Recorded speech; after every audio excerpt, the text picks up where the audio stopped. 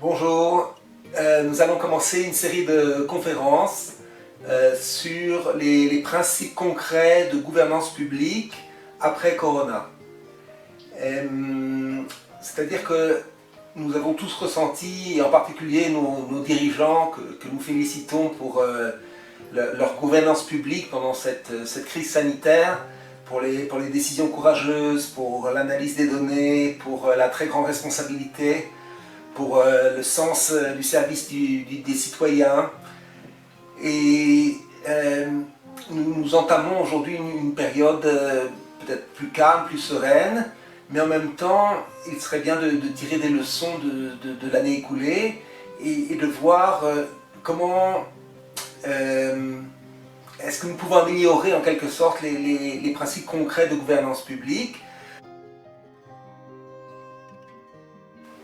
Donc il faut savoir en fait que les chefs d'État, les membres du gouvernement, les hauts fonctionnaires ont une responsabilité particulière et leur épreuve est très grande.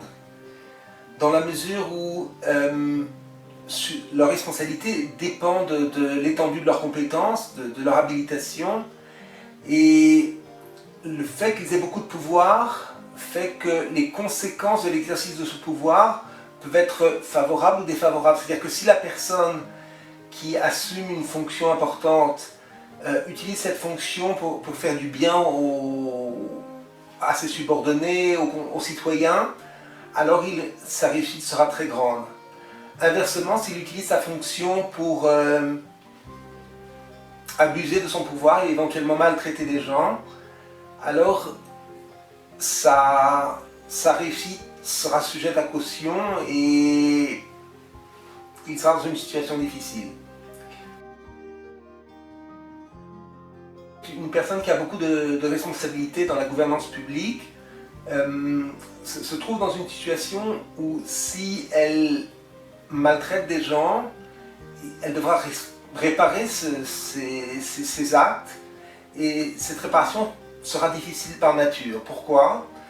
Parce qu'elle devra a priori indemniser ou apaiser chacune des personnes qui a été maltraitée, et cela est très difficile. Dans la fonction publique, on n'a pas tout le temps la connaissance des personnes qui ont été atteintes en fait par une mauvaise décision, et c'est la raison pour laquelle si la récompense peut être grande, les risques ou la responsabilité négative peut également être importante, et c'est ce qui permet de mesurer la grandeur de l'épreuve. Et donc la responsabilité est grande parce que la conduite de ce membre de gouvernement, de ce haut fonctionnaire, peut influencer profondément la vie de ses subordonnés. Si on parle d'un exemple de la vie quotidienne, un enseignant, s'il enseigne d'une façon adéquate, alors ses élèves vont progresser, vont devenir plus intelligents, auront une meilleure culture, des meilleures connaissances pour mieux faire face à la vie, auront un succès professionnel plus important. En revanche, si jamais cet enseignant n'enseigne pas enseigne une matière qui n'est pas pertinente ou des connaissances qui sont erronées, alors ça peut nuire à beaucoup de ses élèves, et donc en quelque sorte soit amener un petit peu des égarements, ou bien les empêcher de réussir professionnellement comme ils auraient pu le faire selon leur capacité intellectuelle ou selon leur qualité humaine. Et c'est de la même façon pour un fonctionnaire. Un haut fonctionnaire peut soit améliorer le sort des gens, soit il peut leur nuire.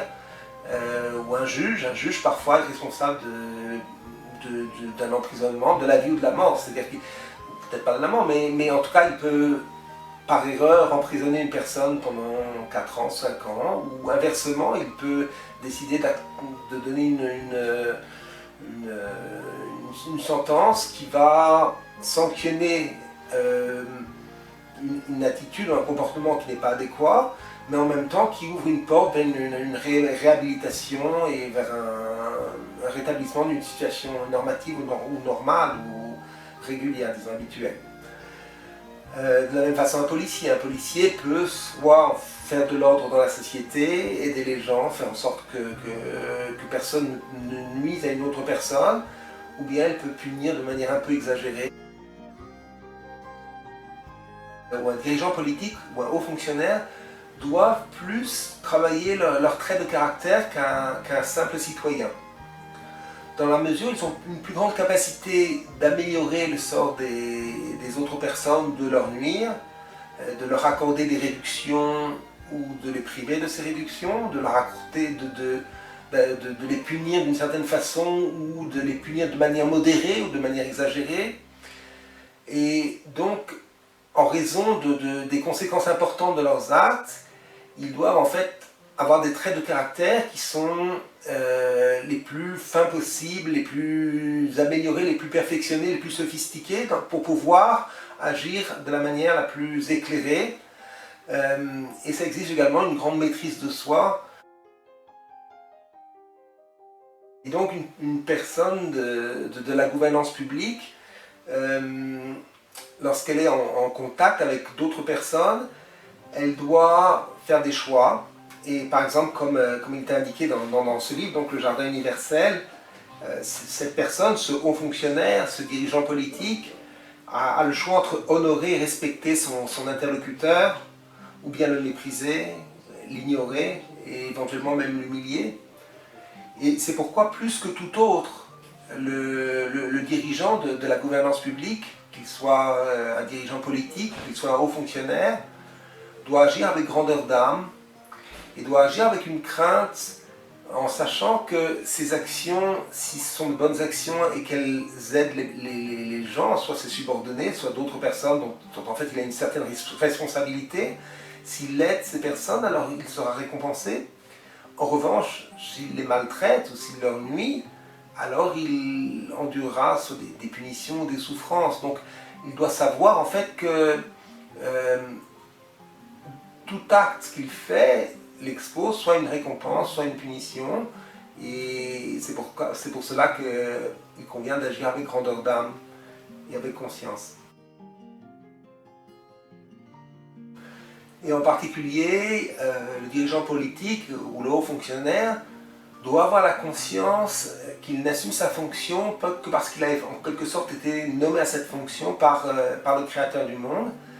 Et donc, pour chacun de ses actes, il va être jugé, soit favorablement, soit défavorablement. Et c'est la raison pour laquelle, lorsqu'il agit, muni d'une telle fonction, il doit bien peser l'ensemble de ses actes, voir s'il remplit sa mission de manière adéquate, donc avec compassion, avec respect des autres personnes et avec clémence.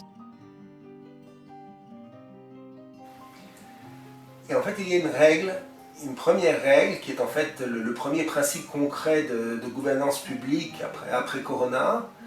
Cette règle est qu'une personne qui est un dirigeant politique ou qui est un haut fonctionnaire assume sa fonction parce comme s'il était en fait une courroie de transmission du Créateur du monde. C'est-à-dire que le Créateur du monde dirige le monde, et pour le diriger, il a en fait nommé des personnes avec de très grandes responsabilités, et ces personnes sont la courroie de transmission du Créateur dans la direction, dans la gouvernance publique du monde. La fonction de ce dirigeant, de ce haut fonctionnaire dans la gouvernance publique est d'améliorer le sort des gens. Et si jamais il utilise sa fonction par orgueil pour être le maître d'autres personnes, de ses subalternes, alors en fait il ne remplit pas sa fonction et il encourra une punition.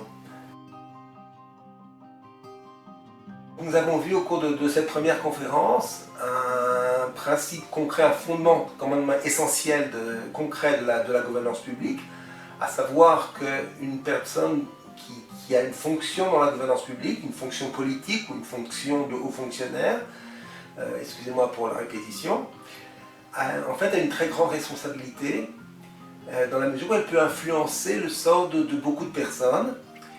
Et elle devra faire preuve, elle devra travailler plus qu'un simple citoyen sur ses traits de caractère, avoir une grande maîtrise de soi, et voir que cette fonction lui a été donnée par le Créateur du monde pour améliorer le sort des gens et non pas pour dominer.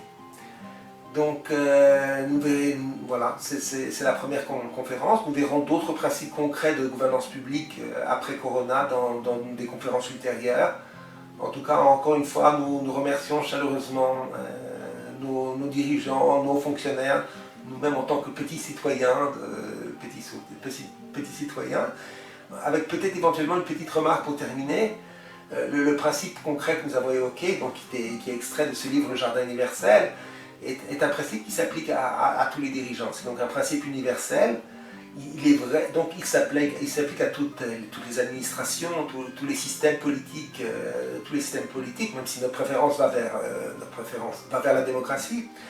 Mais il s'applique à tous les systèmes politiques, tous les systèmes de gouvernance publique, dans le monde entier, donc dans tous les pays du monde, avec bien sûr des spécificités particulières suivant les pays, mais il y a quand même des principes sous-jacents, universels, qui s'appliquent donc de manière universelle, comme en fait un traité international, comme il y a des traités internationaux qui sont ratifiés par 195 pays, et donc c'est un petit peu la même chose en matière de règles de gouvernance publique. Il y a des principes universels qui s'appliquent donc à tous les systèmes de gouvernance publique. Voilà, donc à bientôt, merci et bon courage.